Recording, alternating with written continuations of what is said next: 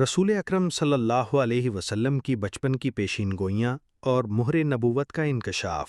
محمد بن صالح بن دینار، عبداللہ بن جعفر الزہری اور داؤد بن سلاسین کہتے ہیں کہ ابو طالب جب ملک شام کو چلے تو رسول اللہ صلی اللہ علیہ وسلم ساتھ تھے۔ یہ پہلی مرتبہ کا واقعہ ہے کہ آن حضرت صلی اللہ علیہ وسلم اس وقت 12 برس کے تھے۔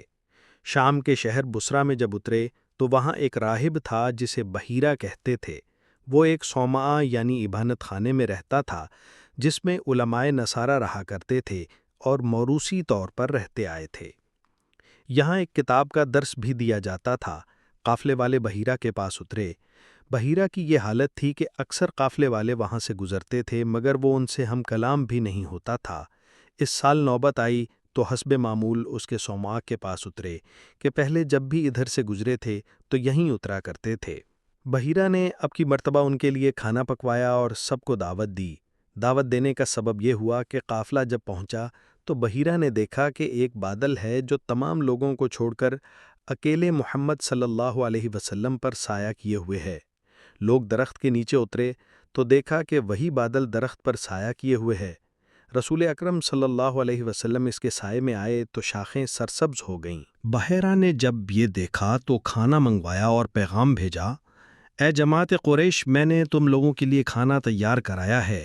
میں چاہتا ہوں کہ تم سب اس میں شریک ہو، چھوٹے بڑے آزاد غلام کوئی بھی نہ رہ جائے، اس سے میری عزت ہوگی۔ انہوں نے کہا، آج کیا بات ہے؟ ایک شخص نے کہا، تو ہمارے لیے ایسا نہیں کرتا تھا۔ بحیرہ نے کہا، میں تمہاری بزرگواری کرنا چاہتا ہوں اور تم اس کے مستحق ہو۔ سب لوگ آئے مگر کم سنی کی وجہ سے آپ صلی اللہ علیہ وسلم نہ آئے کیونکہ آپ سب سے چھوٹے تھے۔ قافلے کا سامان درخت کے نیچے تھا اس لیے آپ صلی اللہ علیہ وسلم بھی وہیں بیٹھے رہے۔ بحیرہ نے ان لوگوں کو دیکھا تو جس کیفیت کو وہ جانتا پہچانتا تھا کسی میں نہ پائی اور نہ کہیں نظر آئی، اور بادل بھی سر پر دکھائی نہیں دیا بلکہ دیکھا کہ وہیں رسول اکرم صلی اللہ علیہ وسلم کے سر پہ رہ گیا۔ بحیرہ نے یہ دیکھ کر کہا کہ تم میں سے کوئی ایسا نہ ہو کہ میرے یہاں کھانا کھانے سے رہ جائے۔ لوگوں نے کہا کہ بحیرہ ایک لڑکا ہے، سب سے کم سن وہی ہے اور اسباب کے پاس کوئی دوسرا نہیں رہا۔ بحیرہ نے کہا، اسے بھی بلاؤ کہ میرے کھانے میں شریک ہو۔ یہ کتنی بری بات ہے کہ تم سب تو آؤ اور ایک شخص رہ جائے۔ میں ایک وصف کے ساتھ دیکھتا ہوں کہ وہ بھی تم لوگوں میں سے ہے۔ لوگوں نے کہا، خدا کی قسم، وہ سب سے شریف النسب ہے، وہ اس شخص یعنی ابو طالب کا بھتیجا اور عبد المطلب کی اولاد میں سے ہے۔ حارث بن عبد المطلب بن عبد مناف نے کہا، خدا کی قسم، ہمارے لیے یہ باعث ملامت معاملہ تھا کہ عبد مطلب کا لڑکا ہم میں نہ ہو اور پیچھے رہ جائے۔ حارث یہ کہہ کر اٹھے، آن حضرت صلی اللہ علیہ وسلم کو گود میں لیا اور لا کر کھانے پر بیٹھا دیا۔ بادل اس وقت بھی آپ صلی اللہ علیہ وسلم کے سر پر تھا، حسن و جمال حیات افروز تھا۔ بحیرہ سخت غور و فکر کے ساتھ آپ صلی اللہ علیہ وسلم کو دیکھنے لگا۔ جسم کی چیزیں دیکھنی شروع کیں جن کی علامتیں آن حضرت صلی اللہ علیہ وسلم کے اوصاف کی نسبت اس کے پاس لکھی ہوئی موجود تھیں۔ رسول اکرم صلی اللہ علیہ وسلم کے پاس آ کر اس راہب نے کہا، اے لڑکے، تجھے لات و عزیٰ کا واسطہ دلاتا ہوں کہ جو کچھ تجھ سے پوچھوں اس کا جواب دے۔ رسول اکرم صلی اللہ علیہ وسلم نے فرمایا، لات و عزیٰ کا واسطہ دلا کر مجھ سے نہ پوچھ، خدا کی قسم میں جتنا ان دونوں سے بغض رکھتا ہوں اس قدر اور کسی چیز سے نفرت نہیں کرتا۔ راہب نے کہا، میں تجھے اللہ کا واسطہ دیتا ہوں کہ جو کچھ تجھ سے پوچھوں اس کا جواب دے۔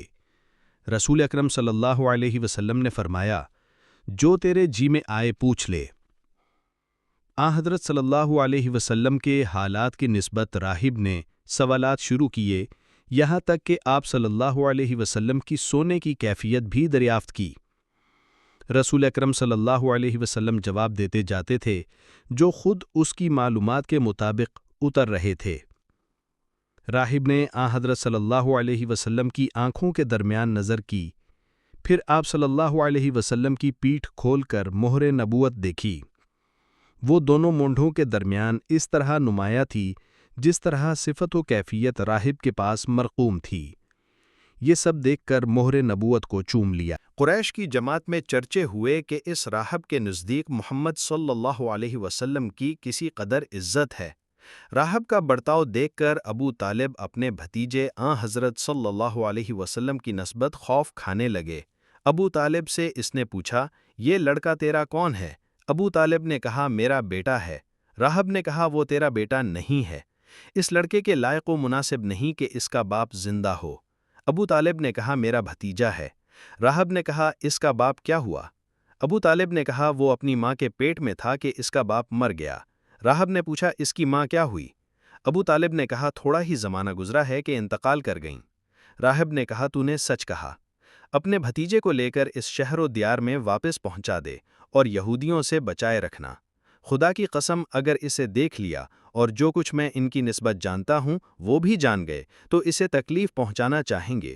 تیرے اس بھتیجے کی بڑی شان ہونے والی ہے جو ہماری کتابوں میں لکھی ہوئی موجود ہے، اور ہم اپنے آباء و اجداد سے اس کی روایت کرتے چلے آ رہے ہیں۔ یہ بھی جان لے کہ میں نے تیری خیرخواہی کی ہے اور نصیحت کا فرض ادا کیا ہے۔ اس واقعے سے میرے لیے 20 خوبصورت اور اچھا پرومٹ تیار کرو، انگلش میں۔